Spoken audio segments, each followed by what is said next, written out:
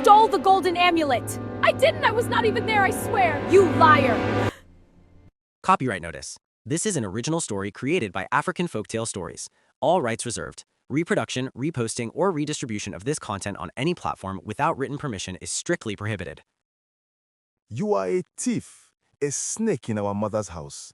You took the golden amulet. I saw you with my own eyes. Amara stood frozen in the center of the compound as her twin sister Zara pointed a trembling finger at her, tears streaming down her face. The entire village had gathered, their eyes burning with judgment. The sacred amulet of their ancestors, the very heart of their family's honor, had vanished, and Zara's accusation hung in the air like smoke from a funeral pyre. Before we continue, please subscribe, like this video, and share your thoughts in the comments. Your support keeps these ancient stories alive. Now, let me take you back to the beginning, to the day when two souls entered the world as one. Amara and Zara were born under the full moon when the river spirits whispered secrets to the wind. They came into this world holding hands, mirror images of each other, the same copper skin, the same almond eyes, the same crown of thick black hair that their mother braided with cowrie shells. The elders said such twins were blessed by the gods, two halves of one spirit walking separate paths but sharing one destiny. Yet, as the proverb says, the same sun that melts the wax hardens the clay. From childhood, while Amara's heart was gentle as morning dew, Zara's burned with the fire of ambition. Amara found joy in grinding millets with the old women, listening to their wisdom. Zara dreamt of being adorned in gold, of being celebrated, of standing above others like the Iroko tree towers over the grass. Their mother, Neka, was the keeper of the family's most precious treasure, the golden amulet of grandmother Adeaze.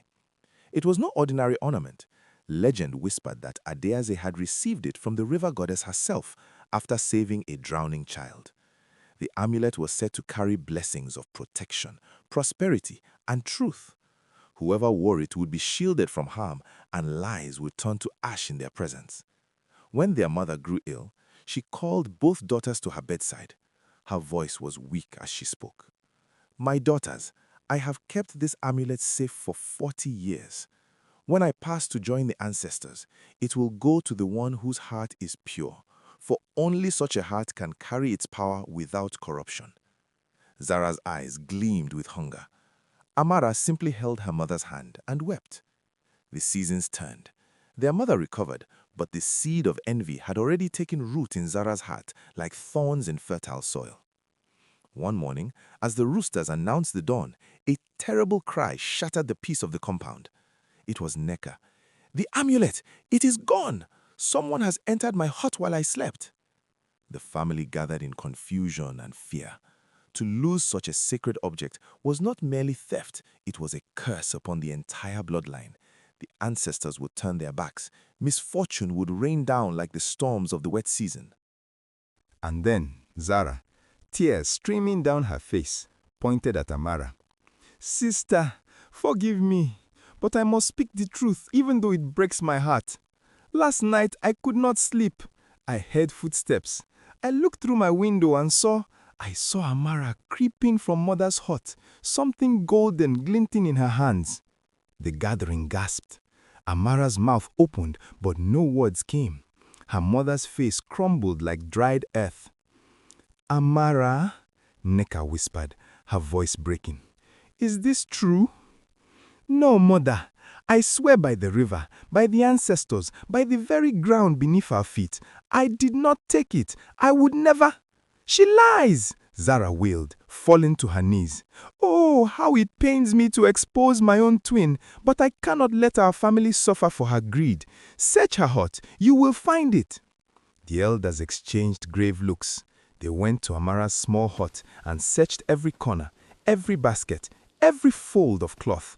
They found nothing. But Zara was not finished.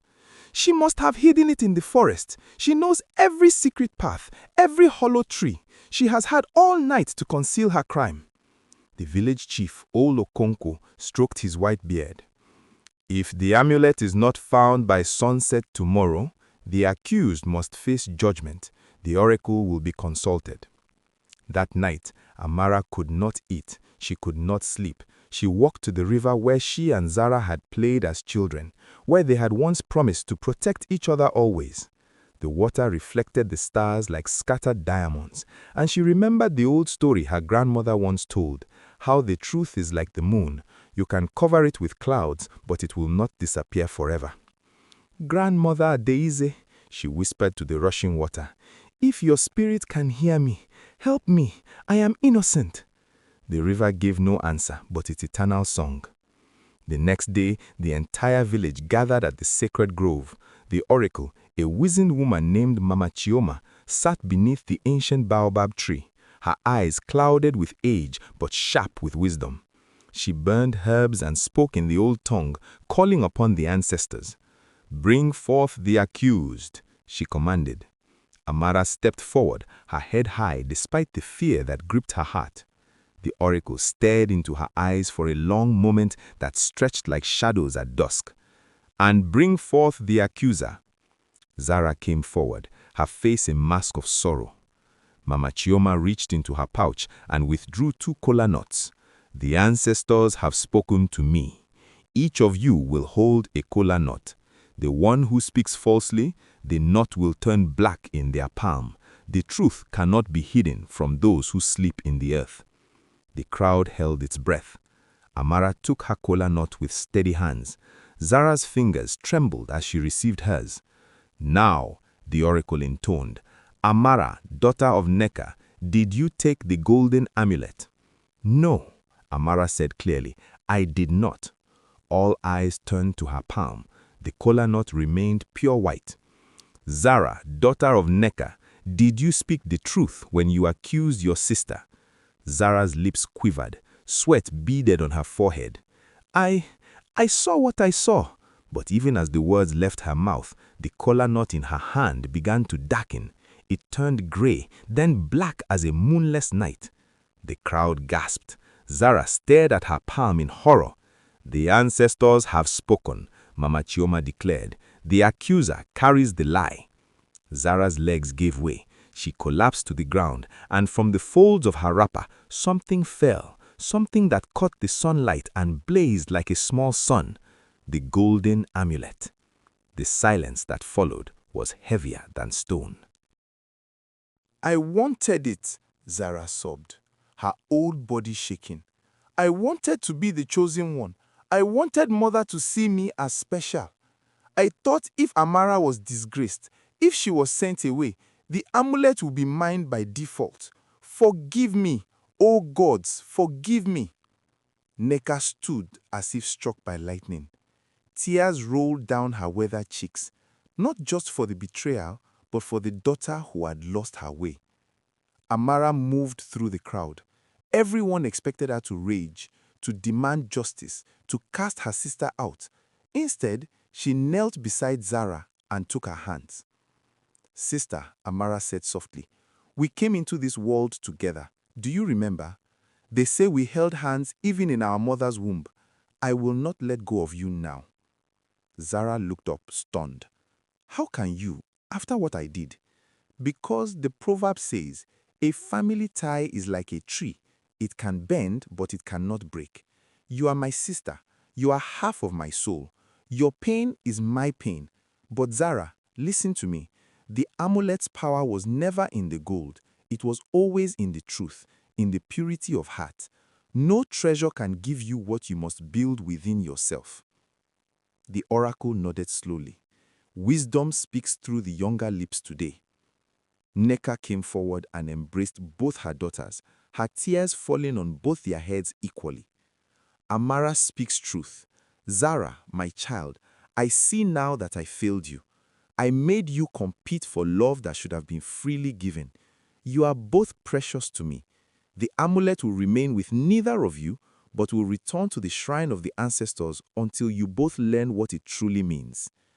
The village watched as the family healed before their eyes, as forgiveness washed over bitterness like rain cleansing dust. In time, Zara learned humility. She worked to rebuild the trust she had shattered, stone by stone, day by day. Amara stood beside her, not as a judge, but as a sister, for she understood that sometimes the hardest battles are fought within our own hearts. Years later, when both sisters had children of their own, Neka called them together. She was old now, her hair white as cotton, but her eyes were clear. "The time has come," she said, holding the golden amulet, "but I will not give it to one. I will give it to both, for you have both learned its true lesson." She placed it in their joined hands. "You, Amara, have always known that character is more precious than gold, and you, Zara, have learned that what we grasp with greed slips through our fingers, but what we earn with humility remains forever." The amulet gleamed between their palms, reflecting not gold, but the light of reconciliation.